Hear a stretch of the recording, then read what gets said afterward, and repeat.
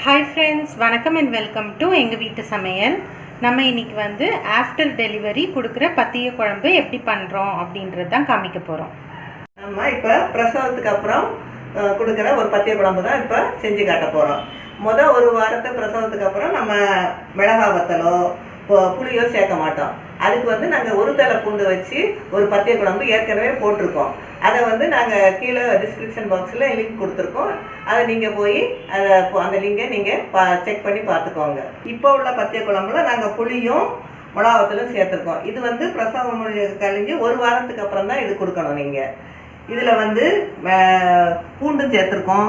பூண்டு வந்து நல்லா உங்களுக்கு பால் நல்லா சுரக்கும். உங்களுக்கு இதுக்கு தேவையான பொருட்கள் என்னென்னு பார்த்துருவோம்.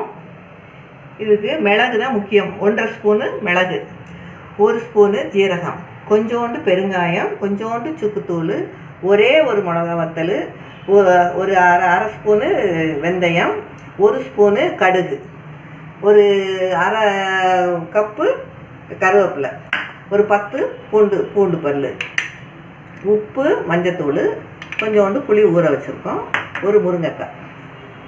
இப்போ சேர்த்துருக்க எல்லா பொருளும் இதில் கேஸுக்கு ரொம்ப வெளியேறதுக்கு உபயோகமாக இருக்கும். அது மாதிரி ரத்தத்தை சுத்தம் பண்ணும், டைஜஷனை இம்ப்ரூவ் பண்ணும். உங்களுக்கு இந்த பூண்டு இருக்கிறதுனால உங்களுக்கு நல்லா வந்து பால் பெருக்கியாக இருக்கும். பிறகு உடல் அசதியை போக்கும். உடலில் உள்ள கழிவையெல்லாம் இந்த கடுகு வந்து உங்களுக்கு நீக்கும். அதே மாதிரி கருவேப்பிலை நல்லா அயன் சத்து உள்ளது உங்களுக்கு.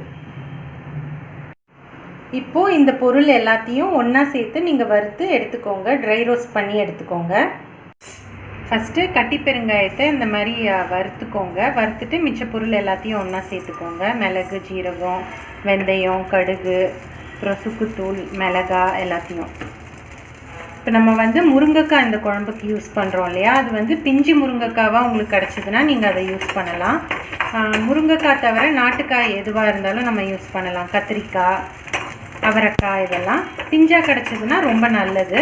அதே மாதிரி நம்ம புளி யூஸ் பண்ணுறோம் இல்லையா, அது வந்து பழைய புளியாக இருந்ததுன்னா தான் ரொம்ப நல்லது. சப்போஸ் உங்ககிட்ட இருக்கிறது புது புளியாக இருந்ததுன்னா அது இந்த மாதிரி ஒரு வாட்டி நீங்கள் இப்படி வறுத்து எடுத்துகிட்டு அதுக்கப்புறம் நீங்கள் யூஸ் பண்ணிக்கலாம். கருவேப்பிலையும் வறுத்து ஆட் பண்ணிக்கோங்க. நெக்ஸ்ட்டு இப்போது நம்ம வறுத்த ஜாமான் எல்லாத்தையும் ஒன்றா சேர்த்து நம்ம அரைச்சிடுவோம். தண்ணி விடாமல் பவுடராக அரைச்சி எடுத்துக்கலாம். இப்போ நம்ம வந்து இதை அரைச்சி எடுத்து வச்சுக்கிட்டோம். இப்போது தேவையான அளவு நல்லெண்ணெய் விட்டுக்கோங்க. எண்ணெய் காஞ்சோன்னா பூண்டும் கருவேப்பிலையும் போட்டுக்கோங்க. இப்போ முருங்கைக்காய் சேர்த்துக்கோங்க. மஞ்சத்தூளும் கொஞ்சோண்டு உப்பும் சேர்த்துக்கோங்க.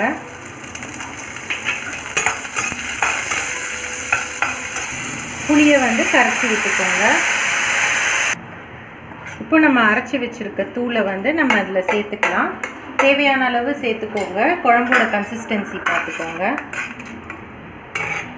இப்போ நம்ம வச்சுருக்க பொடி எல்லாமே நம்ம சேர்த்துட்டோம். இப்போ வந்து உப்பு செக் பண்ணிவிட்டு நம்ம வந்து குக்கரை மூடிடலாம். இப்போ நம்ம வந்து ஒரு விசில் வச்சு எடுத்துடலாம். ஒரு விசில் வச்சுட்டு கொஞ்சம் ஸ்லோ பண்ணிவிட்டு 2 நிமிஷம் கழித்து இறக்கிடலாம். சுவையான மிளகு பத்திய குழம்பு சூப்பராக தயாராகிடுச்சு. இதில் நம்ம போட்டிருக்க ஐட்டம்ஸ், அதாவது கருவேப்பிலை, கடுகு, மிளகு எல்லாமே வந்து ரொம்ப ஹெல்த்தியான இன்க்ரீடியன்ட்ஸ் தான். ஸோ வந்து நம்ம வயிற்றில் உள்ள கசடு இருந்தாலும் போயிடும், அசதி போயிடும்.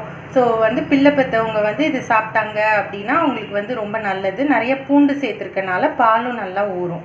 ஸோ ட்ரை பண்ணுங்கள். ட்ரை பண்ணிவிட்டு உங்களோட ஃபீட்பேக்கை எங்களுக்கு கமெண்ட்ஸில் போடுங்க. இந்த வீடியோ உங்களுக்கு பிடிச்சிருந்ததுன்னா லைக் பண்ணுங்கள், ஷேர் பண்ணுங்கள், சப்ஸ்கிரைப் பண்ணுங்கள். மறக்காமல் பெல் பட்டனையும் டேப் பண்ணுங்கள். அப்போ தான் எங்களோட ரெகுலர் அப்டேட்ஸ் உங்களுக்கு வந்து சேரும். தேங்க்யூ.